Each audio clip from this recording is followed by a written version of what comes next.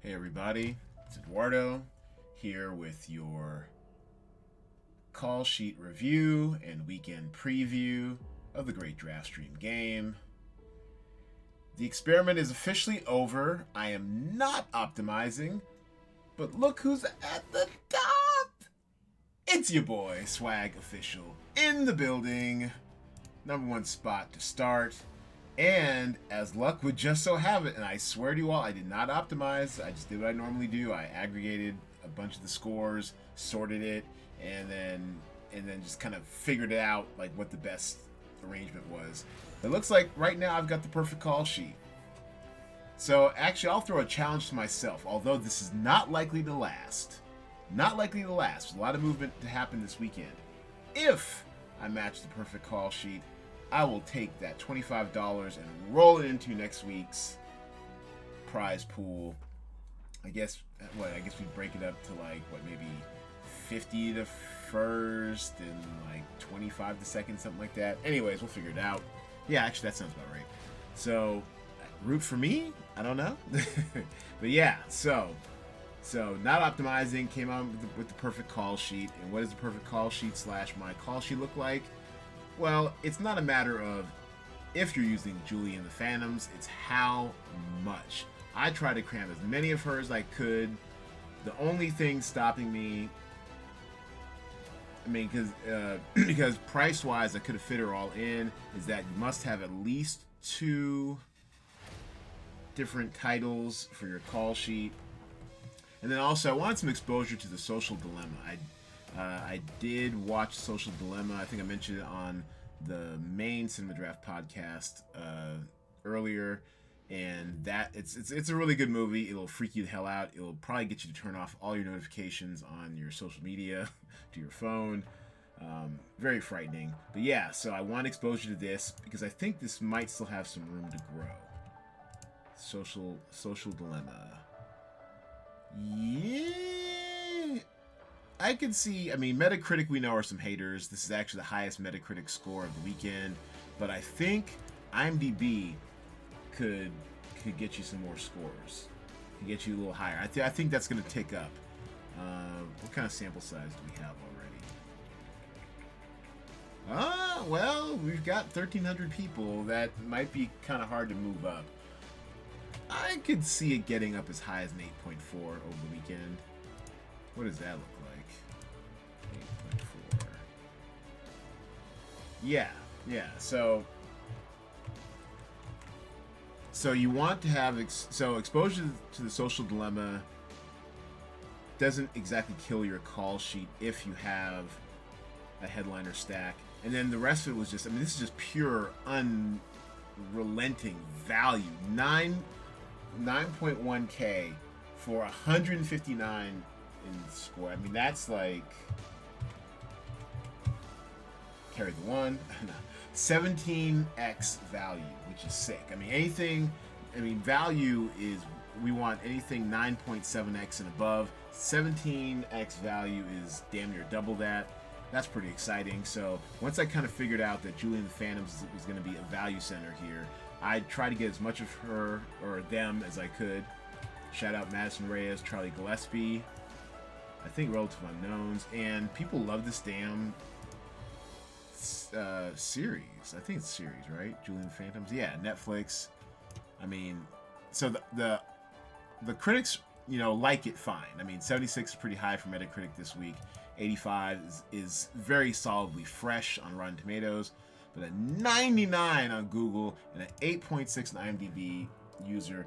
And that's why I'm saying that while I may have lucked into the perfect call sheet right now, not likely to stand. Not likely to stand for very long, because 99 on Google is just, I mean, that's just way too high. I think actually we can find out what the highest ever Google score was.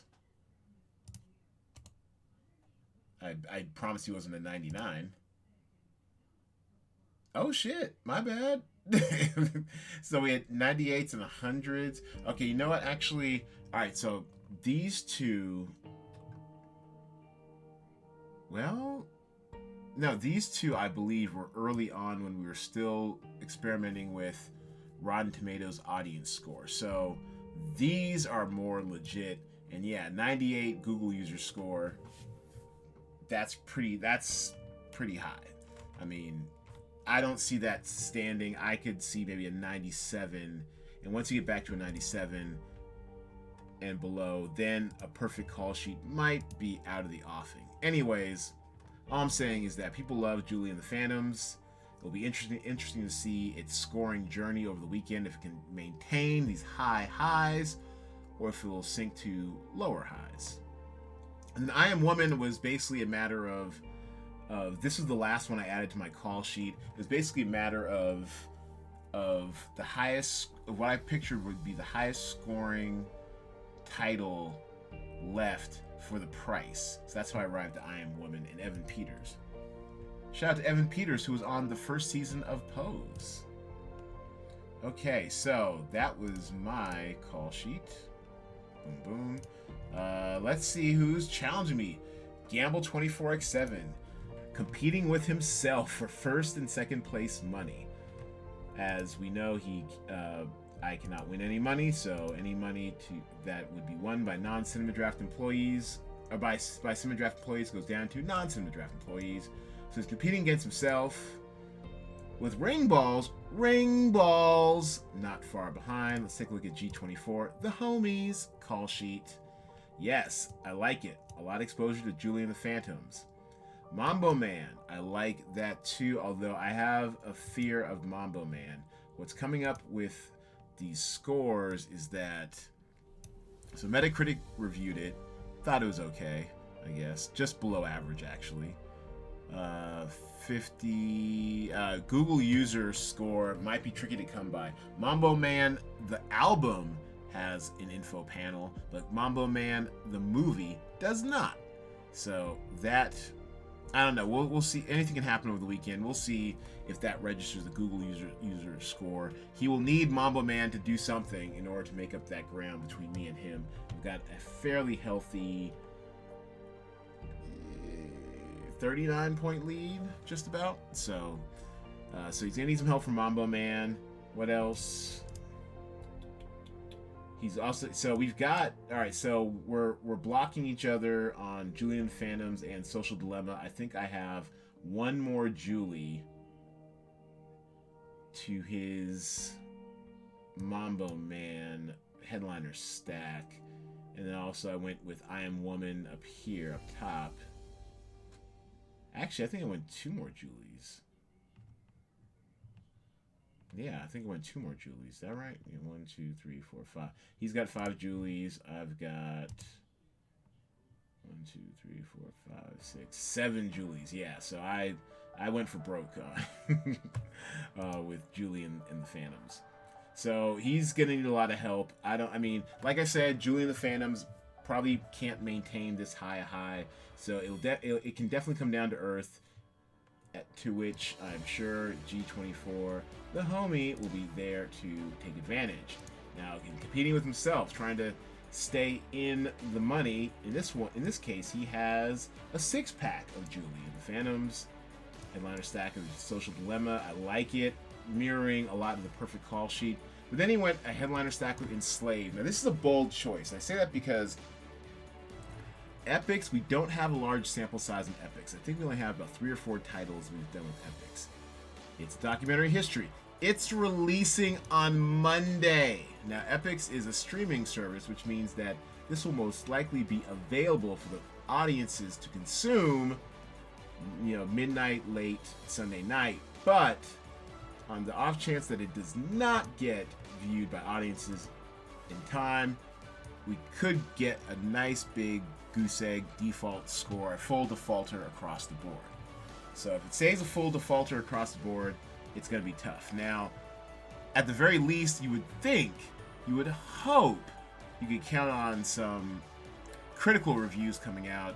Epics needs all the help it can get. It's one of those fringe streaming services. They make mainstream entertainment. They've got some really good shows on Epics, but as far as people talking about it, quote unquote water cooler talk, if we ever have water coolers in workplaces again, I don't know.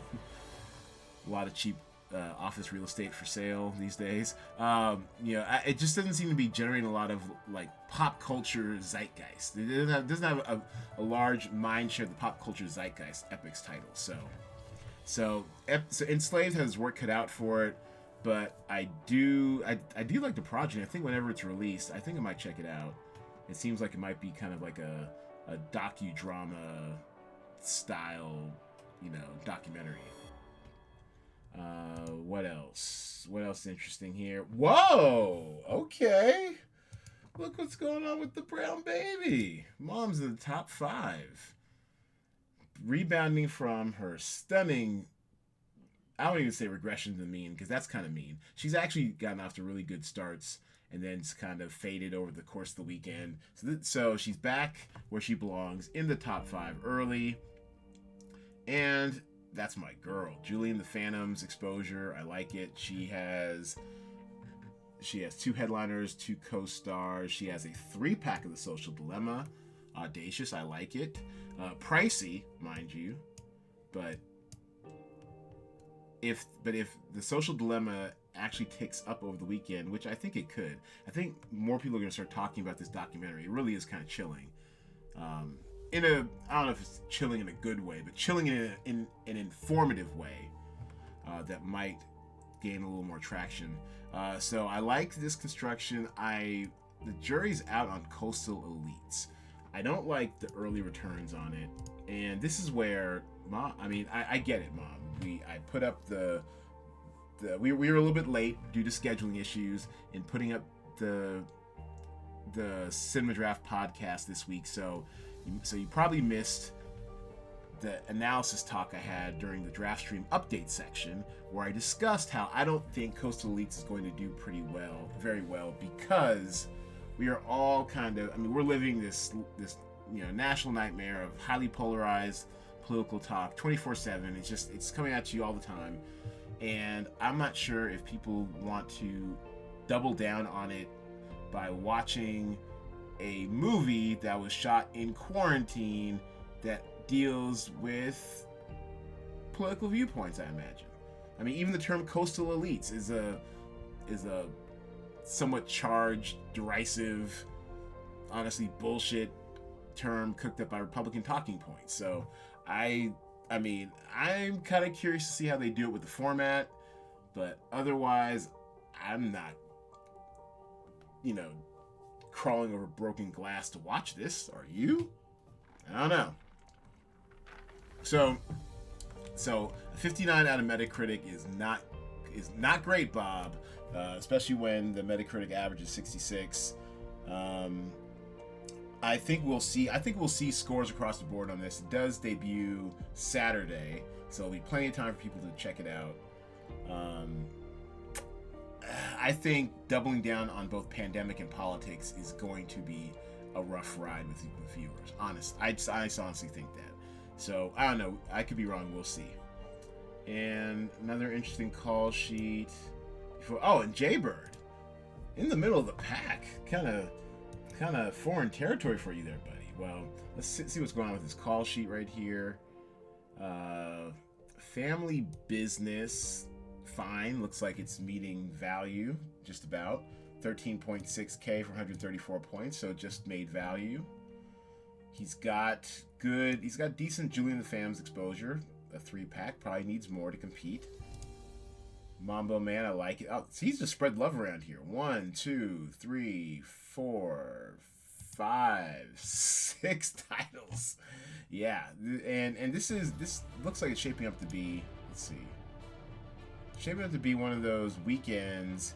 Right now, it's early. We're running below average, but I think we're going to be a below average weekend, to be honest with you. I think we'll get up to maybe 82, 83 points, but we're not going to increase that season average at all whatsoever. But his call sheet, well, it needs help.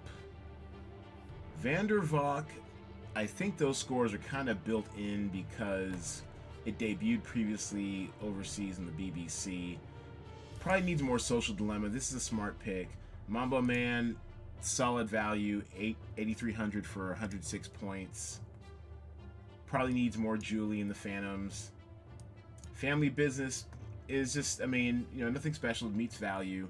And then Alive. Now, this is actually decent value. The problem is it's only getting day player points. I mean, hey, you're getting at an 83.20, 83.2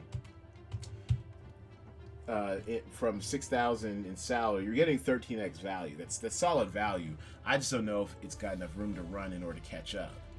I mean, look at these.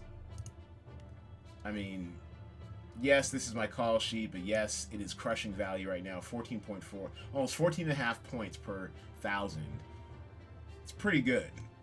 That's winning most weekends. Gamble 24x7, almost at 14 himself, and over 13.5 himself. Ring balls, getting incredible value. I just think he didn't spend enough money. Let's take a look at this call sheet. What's going on here? Julie and the Phantoms and Mambo Man. Man, if Mambo Man catches fire at all, it is murder she wrote. It's murder she wrote for all of us. I love it. He also pretty much maxed out on Julie as much as he could. And then Mambo Man. I actually thought the 86,000 was like a misprint. Like, I mean, there is no spending floor in this game, except unless you're going for the low ball. But I honestly thought that he like fucked up or something. I don't know. But no, he went with the two titles he liked the best and maxed out on them, and I admire that. Once again, my concerns about Mambo Man are on the record. I just don't know if it'll get enough love. Actually, what happens if this gets like a 90 Google user score? Now this technically comes out tomorrow, so probably late tonight. So we'll get some information. We'll probably get some Google user information.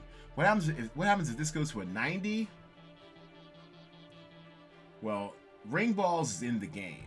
It needs more help. It needs a critical review. It needs Rotten Tomatoes. It needs like a 75 from Rotten Tomatoes.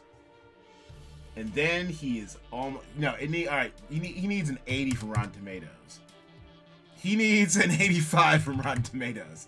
There we go. Now then he's oh shit, but then he's got to deal with Gamble 24x G24, man. For a guy who doesn't use an optimizer, he is the human optimizer.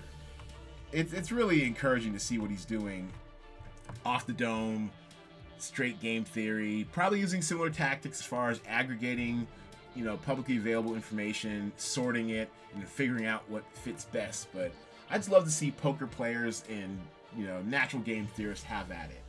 Ring balls, I mean, yeah, I guess, I mean, I basically have a firewall against you with a matching 7-pack of a 7-stack of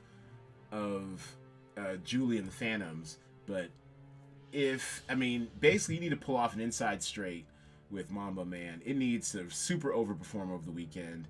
Obviously, it's pretty much maxed out on IMDb, but it needs to really show us something. It needs to go like 90, 95.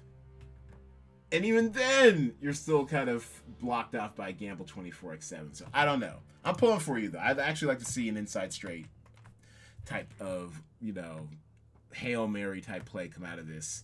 And I love the audacity of the plan. You're 14,000 under budget. That's crazy. And with the two titles you like the best. All right, and then also, coincidentally, Gamble 24x7 has matched the lowball call sheet out the gate. Well played, sir.